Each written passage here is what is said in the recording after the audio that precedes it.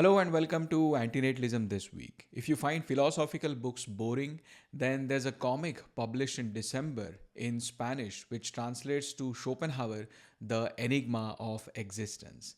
It explores the central concepts of Arthur Schopenhauer's thought, contrasting his vision of the blind will with Hegel's Geist. There are illustrations and aphorisms addressing Schopenhauer's pessimism, highlighting that existence is inherently suffering and misery, and that life is a terrible gift. Liberation from this suffering is proposed through the negation of the will to live, achieved through asceticism or art, leading to compassion and enlightenment or nirvana. You would need to know Spanish to enjoy this comic. It is created by Miguel Angel Castro Merino. Miguel also talks about it on his YouTube channel. I'll include both the link to his video as well as to the book itself. BengaliAntinatalists is a group in India and Bangladesh spreading antinatalist messages in and around West Bengal and Bangladesh. They have been actively promoting antinatalism for many years now. But the news is they have now partnered with Kahu Academy to further the cause of antinatalism. Kahu is a registered NGO in India fighting to reduce suffering for all sentient beings. As you can see here, they already promote veganism and the right to die and have wild animal suffering as one of the moral concerns. You can read all about Kahu in their Substack post.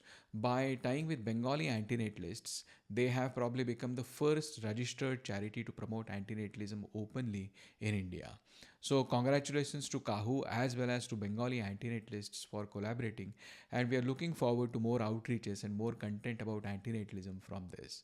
Sophia is a time-tested international journal of philosophy and tradition. In its latest issue was a paper by Lee Wakeman and Larry Lononen, Antinatalism, Theism, and Meaning in Life.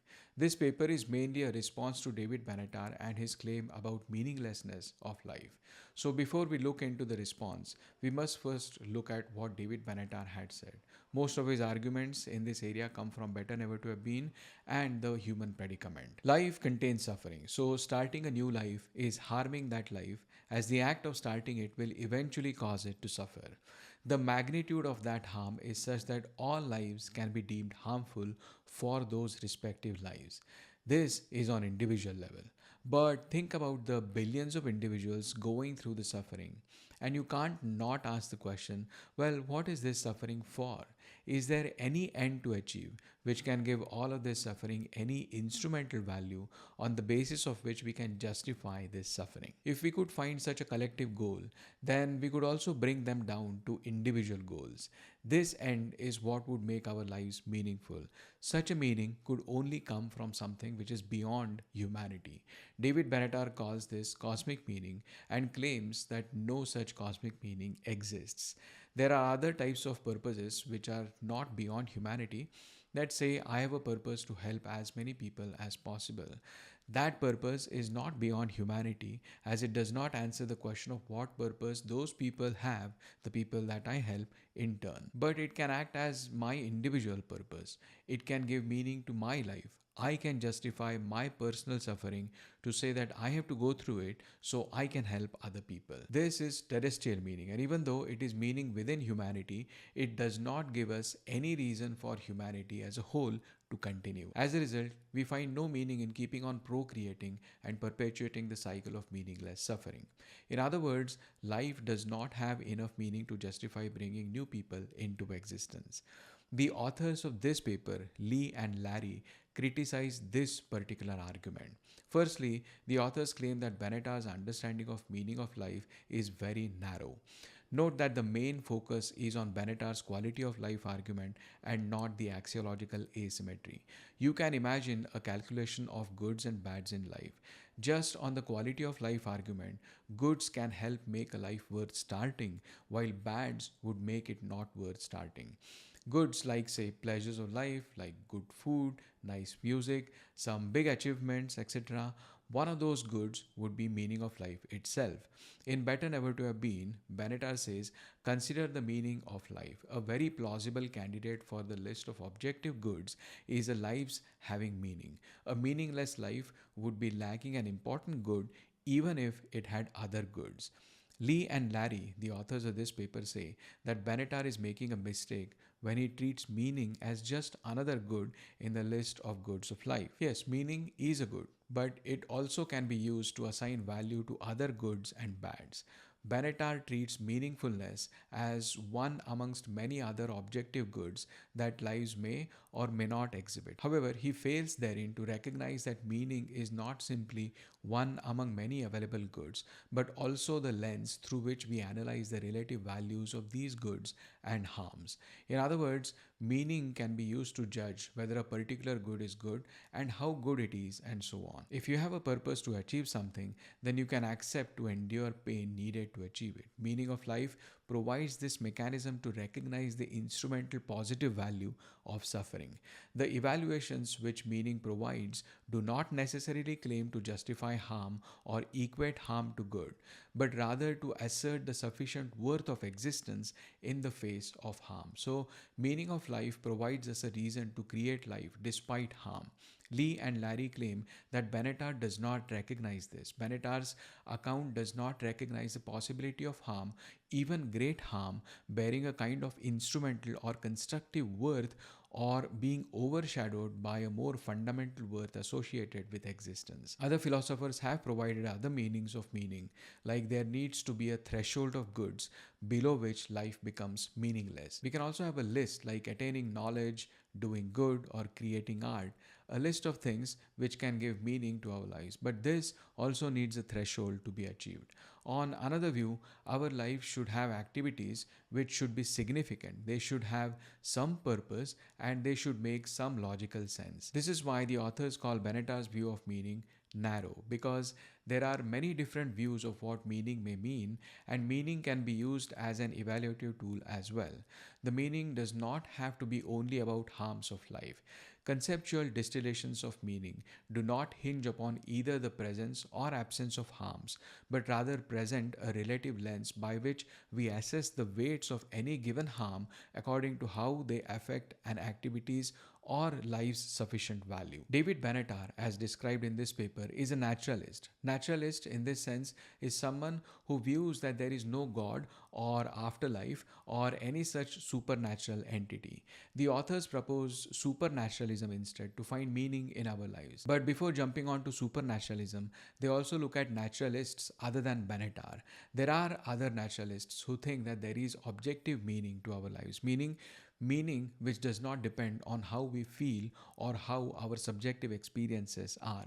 One such view is that there are some intrinsic values like truth, goodness, and beauty. These are independent of how we feel, and so if we engage with them, that is, if we pursue these values, then our lives can have objective meaning. Secondly, cosmic meaning does not have to span all the cosmos. We can have a finite corner in the universe for which our activities matter. Such purpose can be beyond humans and yet not fully cosmic. I don't fully understand how this is not just an expanded version of David Benatar's terrestrial meaning, but that's what some naturalist philosophers have proposed.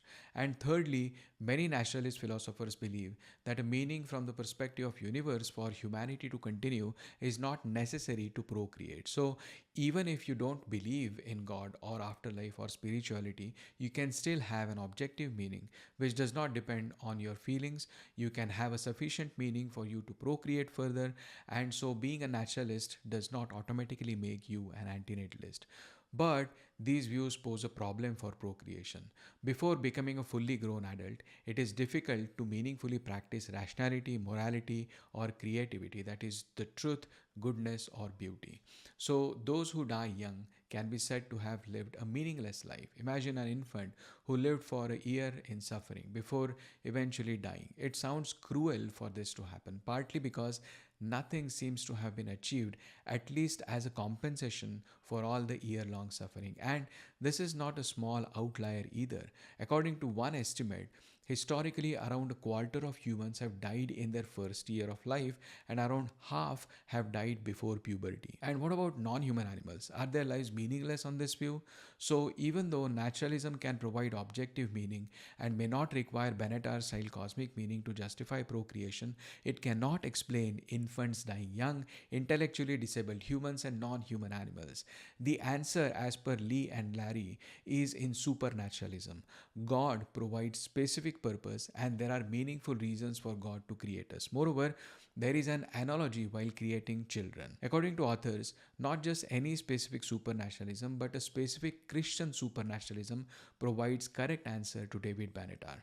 God gives Christians specific purpose, which includes common practices such as prayers, fasting, church attendance, almsgiving, and caring for the sick and dying are all practical, specific, and normative tasks to which Christians know they are called. There are two reasons God created us. One, His glorification. The primary motivation behind God's creative act is self directed, that is, aimed at His own glory. Second reason is that He wants to gift us the joy of existing because He loves us so much. God creates primarily for love of that which He brings into existence, that His creation might share in the abundance of His existence. For the reasons that I don't fully understand, Lee and Larry say this is not narcissism. God is not narcissistic analogously to our experiences. Rather, God's internally directed triune love is compatible with and even the reason for extra benevolent action. The authors say that there is a poetic analogy between God creating us and parents having their children out of love for their child. But there is one thorn in the theist argument, the problem of hell, and which we also covered in the past Antinatalism This Week videos. If there is hell, why would one risk the children going there? Is it not better to not create them in the first place? The traditional doctrine of hell provides a major reason why theists may rightly struggle more with antinatalist arguments than non-theists. And so they provide a workaround, Christian universalism. A universalist position would hold that all humanity finally lives meaningfully insofar as they eventually and eternally participate in the divine life. For those considering the ethical implications of childbearing, an ultimate trust in God's saving grace for all can justify the decision to have children, founded in a final hope that includes ultimate meaning. And so in this way, Christian universalism provides the cosmic meaning Benatar was so much in search of. The authors say that right relation with God constitutes a form of existential transcendence, and that eternal existence in right relation to God does confer ultimate everlasting meaning, whether found in heaven or on earth. And unlike naturalism, supernaturalism does not restrict the meaning only to fully grown healthy adults. Supernaturalism can show how life is meaningful even for unlucky individuals, such as those who die young, are intellectually disabled, or face significant suffering in life. So meaning can be terrestrial or cosmic. Terrestrial meaning can be within humanity, like to help other people and so on. Cosmic meaning is beyond humans, and from the perspective of the universe, Benatar has claimed that lack of such meaning contributes to the reasons to not have children. Lee and Larry, authors of this paper, try to demonstrate that Christian universalism not only offers such cosmic meaning, but the meaning provides us a scale to decide weights of other goods and bads in life. They conclude, we believe Christian universalism presents a positive case for procreation that properly overcomes Benatar's negative assessment of human existence. Now, do I agree with this proposition? Of course not. I can make a response. There are so many points I disagree with that I can't figure out where to start. In the interest of time, I won't provide my criticism, and I hope you would have seen some of them anyway. A new paper was published in the Journal of Value Inquiry by Emil P. Torres, Should Humanity Go Extinct?, exploring the arguments for traditional and Silicon Valley pro-extinctionism. The main subject is human extinction, but Torres is not arguing for extinction here. They are presenting various views about whether being extinct is good, bad, better but not good. How should such an extinction happen? Should we bring it about, or should we just let it happen? When should it happen? Will there be any successors to us who will carry the torch of our values, and so on? The idea of human itself is confusing. What does human even mean? Does it mean members of the species Homo sapiens, or does it mean anyone who will act and behave like us? There is a lot of debate on what human itself means, but for the purposes of this paper, the narrow definition that any member of the human subspecies Homo sapiens is a human is used. Extinction can also mean multiple things. In the case of human extinction, it could mean there being no humans left and there is no one succeeding them. This will be final extinction, or it could mean no humans in today's form are left, but there are post-humans who contribute to live. This will be terminal extinction. These post-humans could be our transformed versions, like some kind of cyborgs or completely different AGI creatures which may not even be carbon-based. Whether they will be sentient or not is not in the scope of this paper, as it talks about extinction of humans in today's form. So remember, final extinction is final and no one replaces us. Terminal extinction only terminates the humanity that we know today, but other post-humans can replace us. Torres presents three different arguments for terminal extinction. One is the argument from cosmic evolution. On this view, the digital post-humans are just the natural next step in the cosmic evolution, and it is our duty to let that happen. Our role is to serve as the interface between the biological and digital eras, to bring into existence a population of digital post-humans who will take our place and proceed to colonize the accessible universe. In one way, it is digital eugenics. We are breeding out a certain group of beings in favor of others because they possess the traits which we desire for everyone to have. Torres presents many examples of how famous this view is among Silicon Valley entrepreneurs and AI researchers. Another argument is the argument from maximization. That is, you take some quantity which is deemed valuable and your aim is to maximize that quantity, even if such maximization requires extinction of humans. For example, we think that welfare is valuable. We decide to maximize welfare. We would even create new people so that their welfare adds to the total welfare. But today's humans don't always have good welfare. Just adding more humans is not a sure shot way to maximize welfare. In fact, you may end up reducing the total welfare. Also, on this view, humans are seen as mere containers of value. But compared to some technologically advanced future post-humans, we might be very shallow containers of this value. That is, we hold very less welfare. So it makes sense to replace us with post-humans which can hold large amounts of welfare. If our sole moral obligation is to maximize welfare across space and time, we should do two things. First, given that people are the containers of value and that humans can contain potentially much less value than post-humans, we should replace humans with post-humans.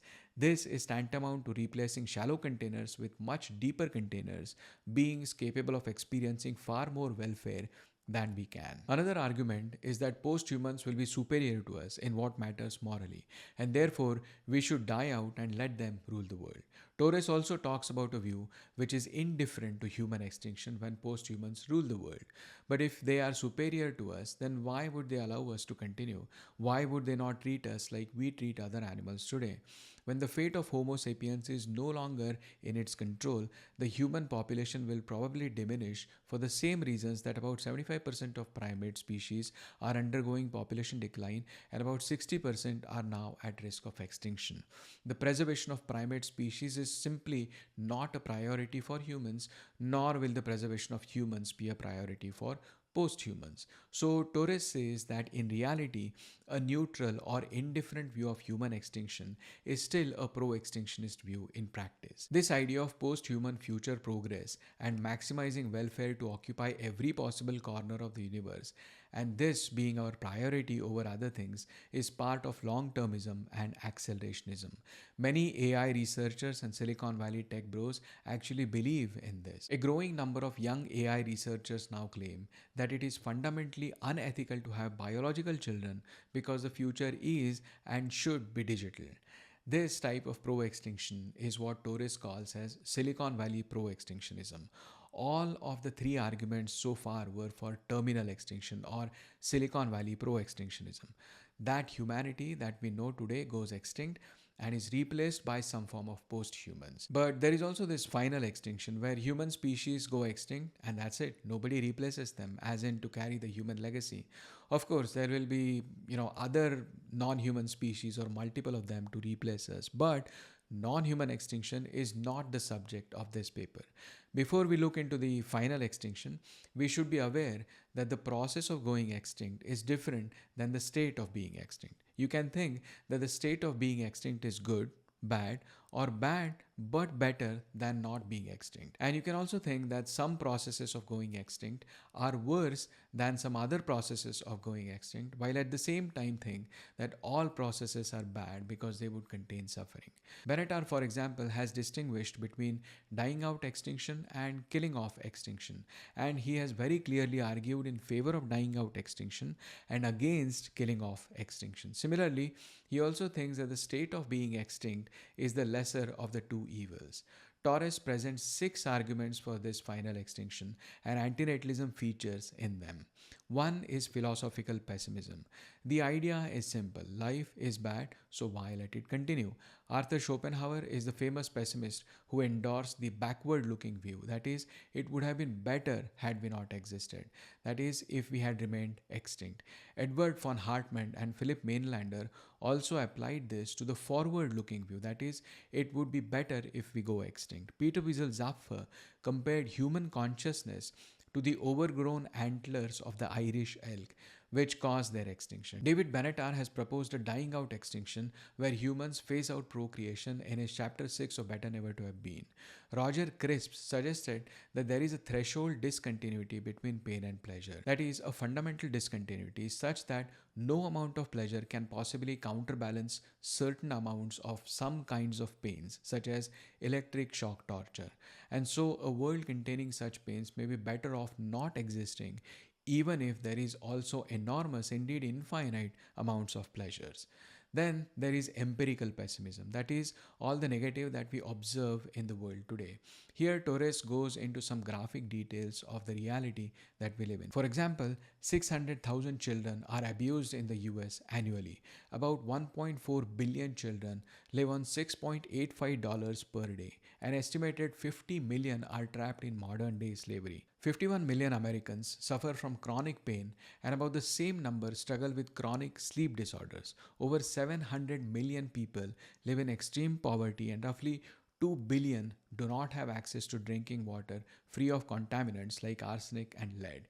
Indeed, 800 million children, about 1/3 of all children in the world, have lead poisoning, which causes permanent brain damage, while 280 million people deal with depression and 301 million with anxiety disorders. In the US, over 91 million say that they feel so stressed out most days that they are unable to function normally. And this is the argument which Torres finds themselves closer to when they say, although I am not a pro-extinctionist, this is the argument for final extinction that I am most sympathetic with. The argument from antinatalism for extinction is probably the most interesting section. Here, Torres introduces 2 different distinctions. One is the ethical antinatalism, which we all know, versus methodological antinatalism, which is the method of non-procreation as a means to achieve extinction.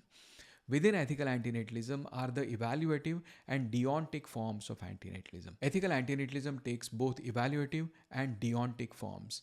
Evaluative antinatalism claims that birth has a negative value, that being born is bad for the one who is born. Deontic antinatalism claims that procreation is morally wrong. Notice that these are 2 different categories.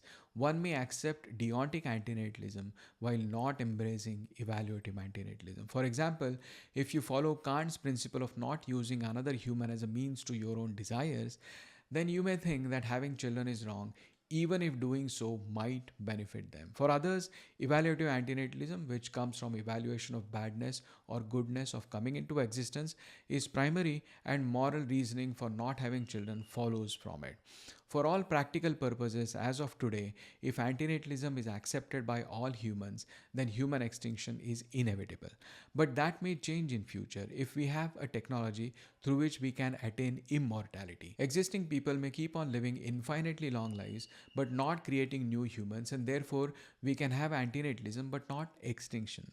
Torres calls this the non-extinction antinatalism. Sounds futuristic, and it is. But the point is, if radical life extinction becomes possible, then antinatalism will not itself be sufficient to motivate pro-extinctionist prescriptions. And then we have environmentally motivated human extinction. Torres presents 2 cases here. One is that of Les Unite and his voluntary human extinction movement, which proposes to convince people of dying out extinction for the reasons of biosphere. Secondly, and more radically, is Gaia Liberation Front, or GLF. Negative utilitarianism is a view that we should focus on minimizing suffering rather than maximizing pleasure. One of the logical ends of this is the red button experiment or the benevolent world exploder. Another is ephilism, which Torres clubs along with negative utilitarianism. There are references to Amanda Sugnick and Mati Hairi, but I must say that there was a bias in showing them as extreme rejectionables rather than giving them the academic worth they deserve. Lastly, there is the argument from misanthropy, which, even though Torres takes its literal meaning as hatred of humanity, there are valid arguments called misanthropic arguments, at least for antinatalism, if not for extinctionism. In short, humans cause a lot of harms to fellow humans and other animals. Not coming into existence of these humans will save the rest of existing sentient beings from those harms. Now, it is well known that when we talk about extinction, we're talking about fringe ideas like antinatalism or ephilism or environmentalism and so on. But it is not usually thought that long-termism and accelerationism, the one we saw earlier, are also in a way forms of pro-extinctionism, and they are not that fringe either. So Torres concludes, a novel contribution of this paper, I hope, is how it reconceptualizes ideologies like accelerationism and long-termism as instances of or being adjacent to pro-extinctionism. Why antinatalism and procreative beneficence do not mix is a response by Konrad Schochik. Schochik is responding to a paper by Marcus Tio, in which he argues for antinatalism's endorsement of the principle of procreative beneficence. We had covered this in the past episode of Antinatalism this week and went through the main arguments proposed by Marcus Tio. However, just as a reminder, let's start with the principle of procreative beneficence, or in short, PPB. Julian Savulescu argued with the principle of procreative beneficence that couples or single reproducers should select the child of the possible children they could have who is expected to have the best life or at least as good as the others based on the relevant available information. This principle is an answer to the question of which children to have given multiple options. For example, in IVF procedure, one has to select certain embryos for gestation and reject others. Savulescu's principle helps with this decision.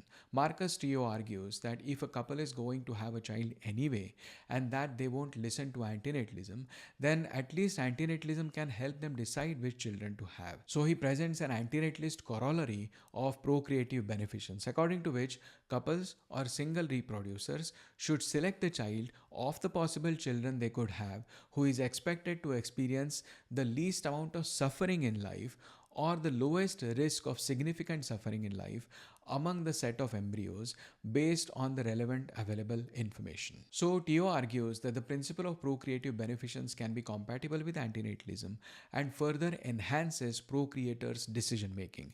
Schochik criticizes all of this. Firstly, procreative beneficence is a pro-natalist principle. It assumes that procreation is permissible and then provides a solution for deciding which children to have. That foundational assumption itself is incompatible with antinatalism. According to antinatalism, it is not a matter of selecting which embryos to gestate, but to not select any embryos at all. Marcus also argues that antinatalism provides us a reason to prefer an external sense understanding of good instead of an internal sense understanding of good. In other words, external sense is the objective sense of suffering, and internal sense being a subjective sense of suffering. Schochik argues that antinatalism takes into account both senses of suffering. He asks us to consider a person who is born in privileged class, who has all the resources in the world, good food, good entertainment, all the comforts one can ask for. From an external point of view, he must be a happy person, but in reality, he could be suffering internally from depression or anxiety, etc. Antinatalism takes his suffering into account as it would take into account the hardships of a poor but happy person. So, by emphasizing the asymmetry between suffering and pleasure, antinatalism calls into question both objectivist and subjectivist theories of meaning and happiness. Another point is what the parents owe to their children. That's why Tio says, it appears to me an intuitive extension of the antinatalist thesis that although abstinence from procreation is preferable if a child is created, then the least we could do is to ensure that the harm that we impose upon the child is adequately taken care of, broadly construed. But once they have come into existence, then reduction of their harm is outside of the scope of antinatalism.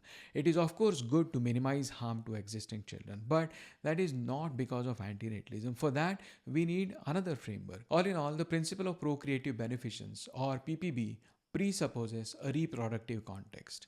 PPB also suggests that the prospective parent should bring a child into existence which will have better quality life. And so, PPB cannot be defended through antinatalist philosophy because it remains a refined version of pronatalism.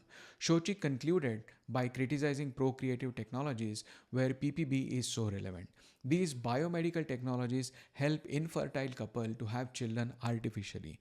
They introduce pressure and make it increasingly difficult for infertile individuals to remain childless by default. Secondly, they restrict the options available. They narrow the range of reproductive choices by implicitly encouraging specific pronatalist actions. In other words, they cancel out the options of not having children in the first place. So, Shochik completely rejects the principle of procreative beneficence as being antinatalist, as well as the technologies where this principle is the most relevant. There was a very different kind of paper about low fertility rates in East Asian countries, structural impossibility and subjective refusal, the quadrant of East Asian antinatalism via the extended IDI model by Bod and Wang. Even though it says quadrant of East Asian antinatalism, it actually analyzes low fertility in 5 different economies: Taiwan, Singapore, South Korea, Hong Kong, and that's the quadrant. And the fifth, which is different than all these four, which is Japan. The main reason for low fertility in Taiwan is affordability. Driven by the decoupling of wages and asset prices, Taiwanese antinatalism is rooted in spatial exclusion.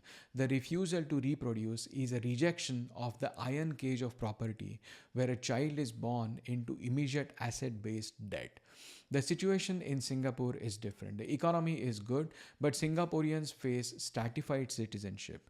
The open immigration policy for global talent creates deep replacement anxiety, and parenting becomes a high stakes gamble to ensure offspring do not fall in the underclass. The case for South Korea, which holds the lowest fertility rate in the world, is different.